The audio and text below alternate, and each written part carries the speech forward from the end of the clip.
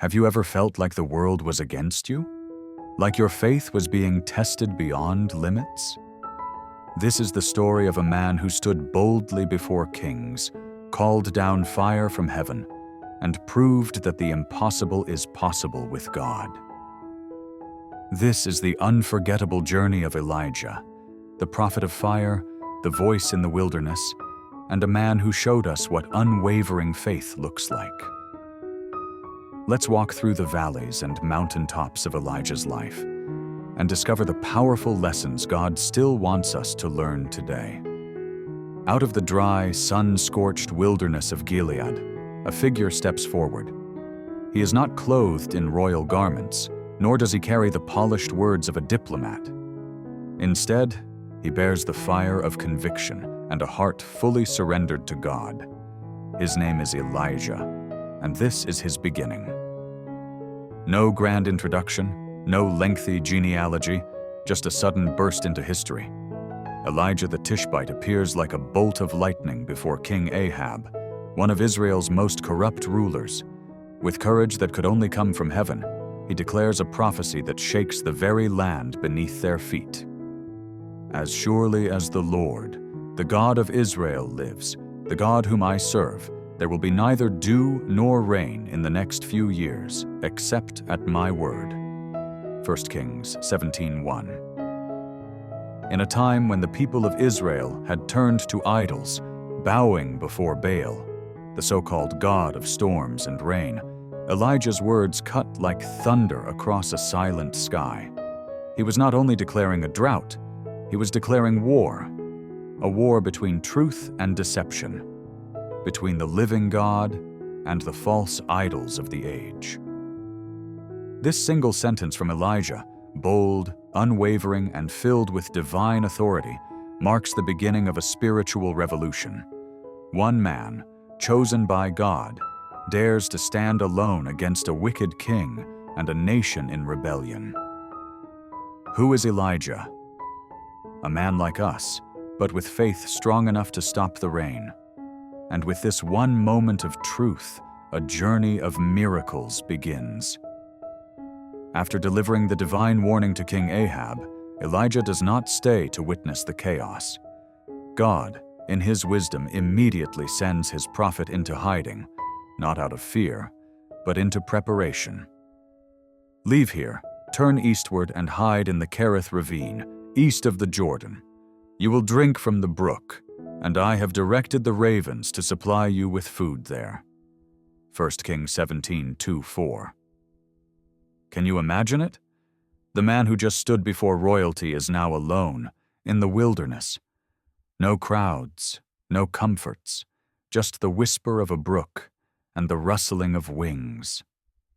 Each morning and each evening, the black feathers of ravens cut through the sky, bringing bread and meat to Elijah. These weren't ordinary birds. These were God's messengers, breaking natural order to serve his servant. And so Elijah sits in silence. Day after day, he drinks from the brook. He waits, he listens. He learns that in solitude, God speaks most clearly. The world may have forgotten him, but heaven was watching. Elijah wasn't being hidden. He was being refined. The same God who controls drought also controls provision. And sometimes, miracles happen in the quiet places. Friend, what brook are you sitting beside today? It may feel like you're in hiding, but perhaps you're in holy preparation. In the heart of Samaria, where the golden halls of power glimmered and the influence of Baal worship darkened the nation's soul, one man dared to speak truth to power. His name was Elijah, a rugged prophet from Tishbe, clothed not in royal robes, but in camel's hair, his face weathered by the wilderness, and his eyes burning with conviction. The northern kingdom of Israel, under the reign of King Ahab and his queen, Jezebel, had fallen deep into idolatry. Temples to Baal had risen, altars of the Lord were torn down, the voices of true prophets were silenced, hunted, and scattered. But Elijah was unafraid. Guided by the word of the Lord, Elijah walked into the royal palace, past towering guards and golden pillars, into the presence of the king himself. The air was tense. No one addressed Ahab like this. No one dared. With a voice steady and resolute, Elijah declared, "As the Lord God of Israel lives, before whom I stand, there shall be neither dew nor rain in the coming years, except at my word." A divine drought would come, a silence from the heavens, a pause on nature itself, a sign that Baal, the so-called storm god, was powerless before the true God of Israel. Ahab was stunned. A moment of stillness hung in the air before rage took over. But before the king could act, Elijah vanished from the palace, hidden by God's hand, setting the stage for one of the greatest showdowns in biblical history. This moment wasn't just about weather. It was a challenge to the very soul of a nation. One man, filled with faith, stood against a corrupt system and dared to confront the throne. Elijah wasn't just delivering a message, he was beginning a divine revolution. After his bold confrontation with King Ahab, Elijah vanished into the wilderness, just as God instructed. The voice of the Lord had spoken again. "Depart from here and turn eastward, and hide yourself by the brook of Cherith, which is east of the Jordan. You shall drink from the brook, and I have commanded the ravens to feed you there." 1 Kings 17:3-4. The wilderness was lonely. Dry hills rolled into valleys. The sun was harsh by day, the nights cold and silent. But there, tucked between rugged cliffs and desert shrubs, flowed the brook of Cherith, a hidden stream of hope in a dry land. Elijah drank from the fresh, bubbling water. Clear, cool, a gift untouched by the drought he himself had prophesied. And just as the Lord had promised, the ravens came. Black wings against a golden sky. Morning and evening they brought him bread and meat. In a time when the land was growing barren and the heavens were sealed, God's provision never missed a day. There were no crowds here, no palace intrigue or royal voices. Only silence, broken by the wind and the caw of ravens. But in that solitude, Elijah was not alone. He was being shaped, molded, strengthened. Faith is not always forged in fire. Sometimes it grows in quiet streams and wilderness seasons. God's provision may not come how we expect, but it always comes. Sometimes He sends ravens. Sometimes He hides us before He lifts us. Elijah was learning to trust not in signs, not in spectacle, but in the quiet faithfulness of a God who sees, who knows, and who never forgets His own.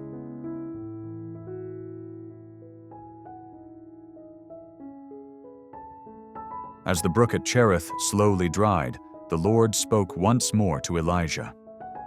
"Arise, go to Zarephath, which belongs to Sidon, and dwell there.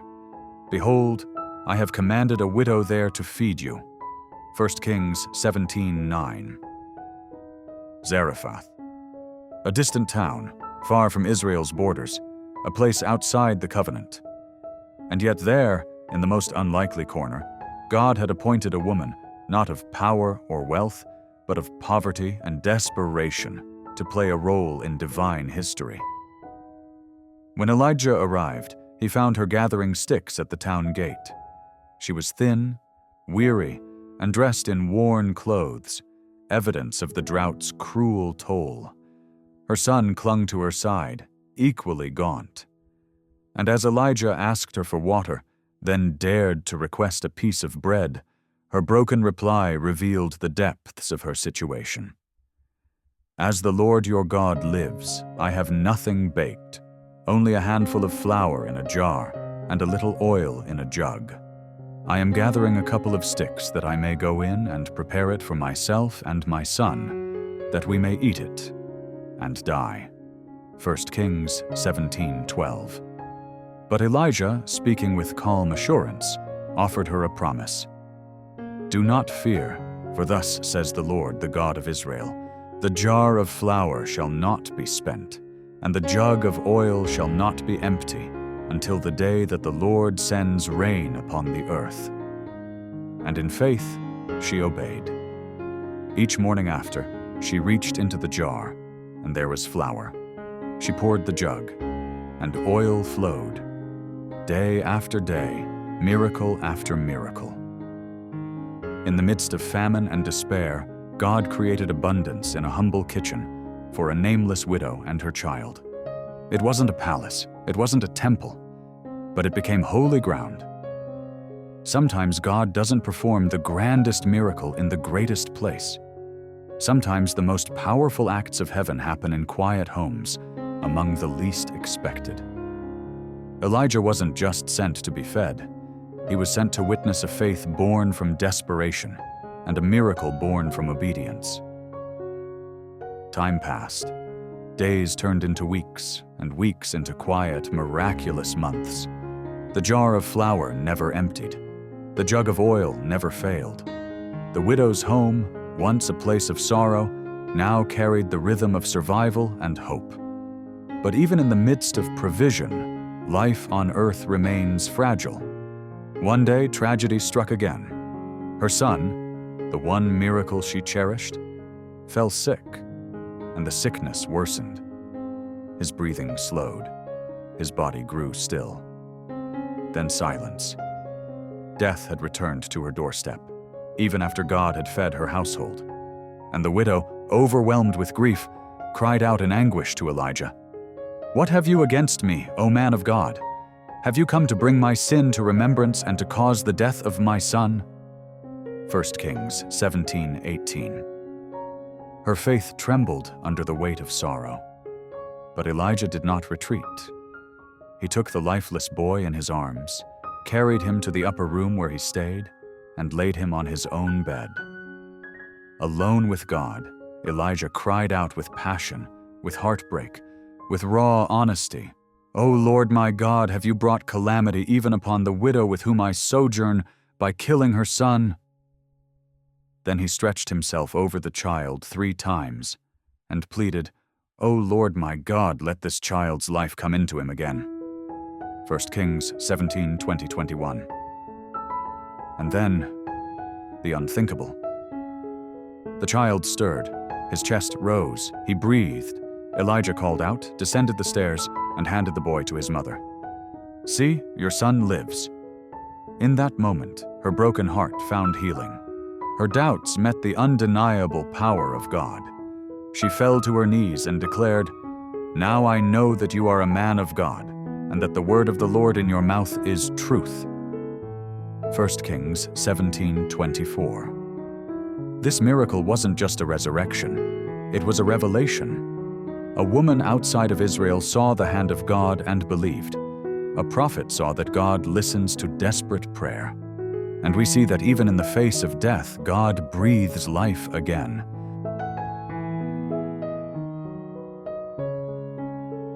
The years passed, and Israel's sin grew deeper.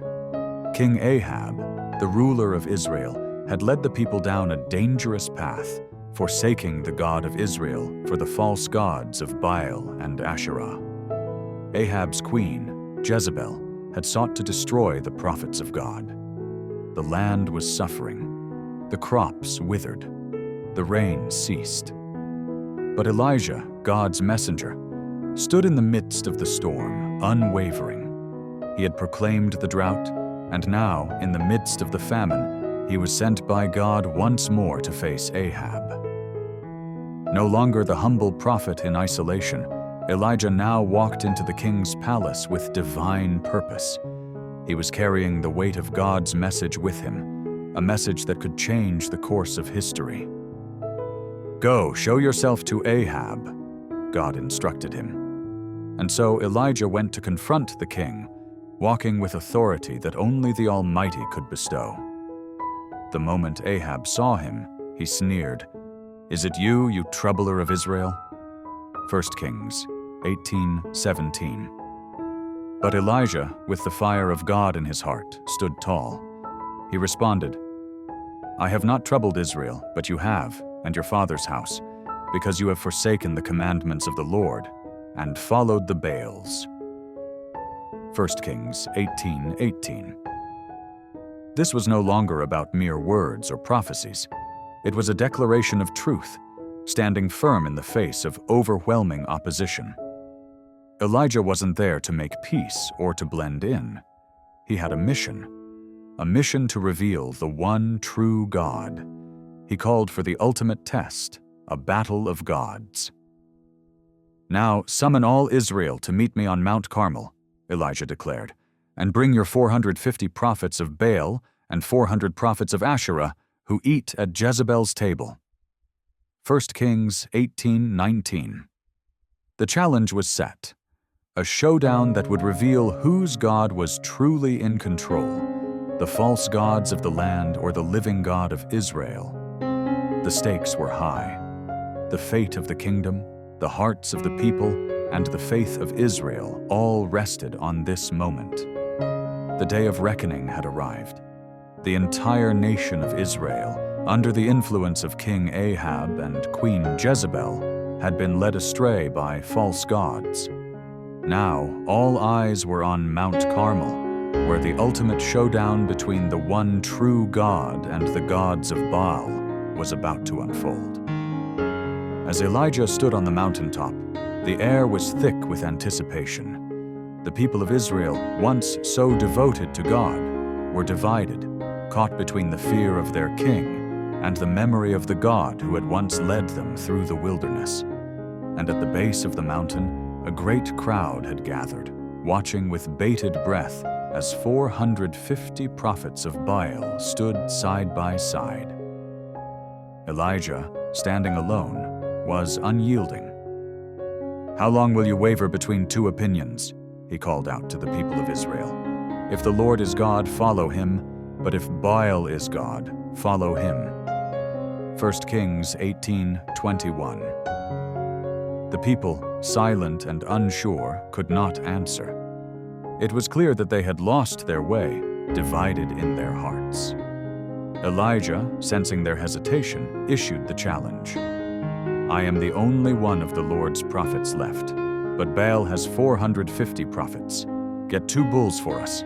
Let them choose one for themselves, and let them cut it into pieces and put it on the wood, but not set fire to it. I will prepare the other bull and put it on the wood, but not set fire to it.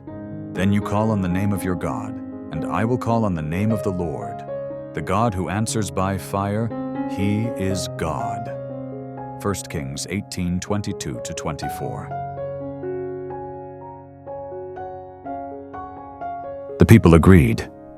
They had heard the words of Elijah, and there was a sense of uncertainty in the air. The prophets of Baal went first. They took the bull, cut it into pieces, and placed it on the altar, shouting, "Baal, answer us." They danced and sang, crying out to their God, but there was no answer. The hours dragged on. They cried louder, even cutting themselves with swords and spears, as their custom was, but still no answer came. 1 Kings 18:25-29. As the sun began to set and the prophets of Baal grew more frantic, Elijah stood back, watching with a calm that only faith in the living God could provide. Then, in the stillness of the moment, he spoke. "Shout louder. Surely he is a God. Perhaps he is deep in thought or busy or traveling. Maybe he is sleeping and must be awakened." 1 Kings 18:27. But the prophets of Baal could not answer. They were weary and broken. No God responded. There was only silence. Now it was Elijah's turn. He approached the altar, which had been torn down by the people in their unbelief. With purpose, he ordered that 12 stones be gathered, representing the 12 tribes of Israel. He built an altar in the name of the Lord, laid the wood on the altar, and prepared the bull. But Elijah did something extraordinary. He took the faith challenge even further. "Fill 4 large jars with water," he commanded, "and pour it on the offering and on the wood." So they did. Then Elijah said, "Do it again." and they did it again. Do it a third time, and they did it a third time. The water ran down around the altar, and even filled the trench that had been dug around it. Then Elijah stepped forward and prayed a simple prayer.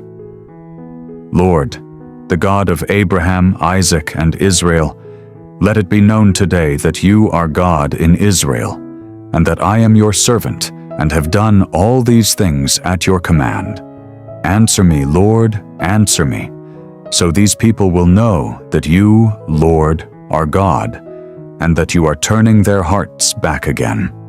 1 Kings 18:36-37.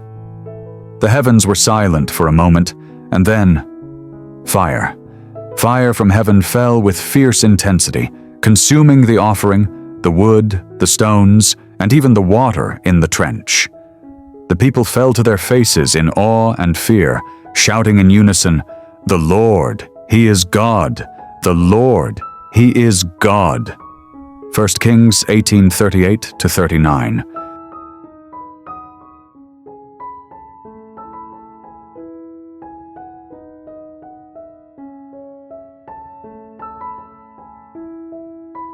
Elijah climbs to the top of Carmel and bows low in prayer.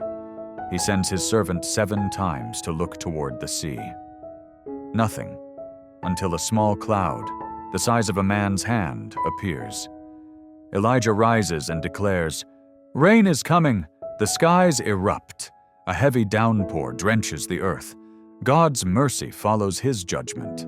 Despite his triumph, Elijah's heart is heavy. Queen Jezebel vows to kill him. Fear grips him. He runs into the wilderness, collapsing under a tree. "I have had enough, Lord," he whispers. "Take my life." Exhausted, broken, and alone, God meets him not in rebuke, but in kindness. An angel brings food, rest, and renewal. Elijah journeys to Mount Horeb. There, God displays wind, earthquake, and fire, but his voice is not in any of them. Then comes a gentle whisper. It speaks to Elijah's soul.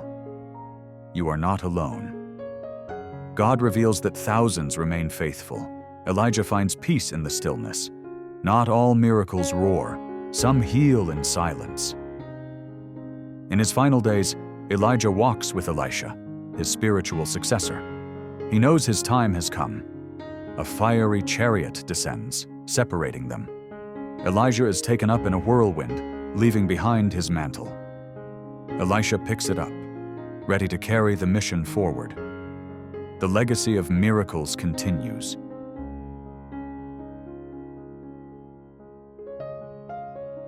Elijah's story isn't just about fire and miracles. It's packed with life-changing lessons for us today.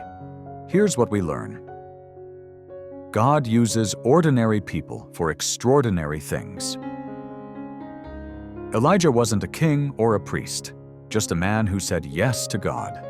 When we obey, even in small steps, like the widow sharing her last meal, God does the impossible through us. The prayer of a righteous person is powerful and effective. James 5:16. Spiritual battles require courage, not just faith. Elijah didn't just pray for fire, he publicly mocked Baal's prophets. Sometimes faith means taking a stand, even when it's risky. Are we bold enough to confront the Baals in our culture? Even the strongest believers face depression. After Mount Carmel's high, Elijah crashed into despair, but God didn't scold him. He fed him, rested him, and spoke in a whisper. Your lowest moment may be the prelude to a new assignment. God meets us in our burnout. Rest isn't failure, it's fuel. Miracles follow desperate obedience. The widow had to give her last meal to see provision.